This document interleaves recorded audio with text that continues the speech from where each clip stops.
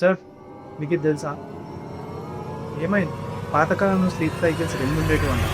అంటే like first sleep, ఇంకా second sleep. 1700 సంవత్సరాల క్రితం 3-4 గంటలు పండుకునేవాళ్ళు. అంటే సన్‌సెట్ తర్వాత. పడుకొని మళ్ళీ 11, 12 గంటలకు లేచేటోళ్ళు.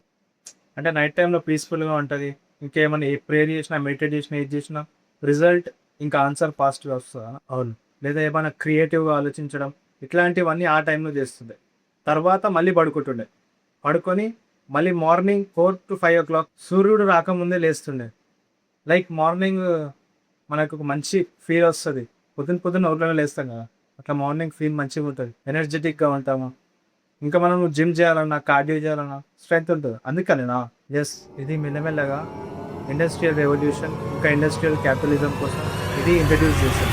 అంటే ఒక డే మొత్తంలో 16 అవర్స్ పని చేపించుకోవచ్చని చెప్పేసి ఈ 8 అవర్స్ స్లీప్ అనేది తీసుకొచ్చారు.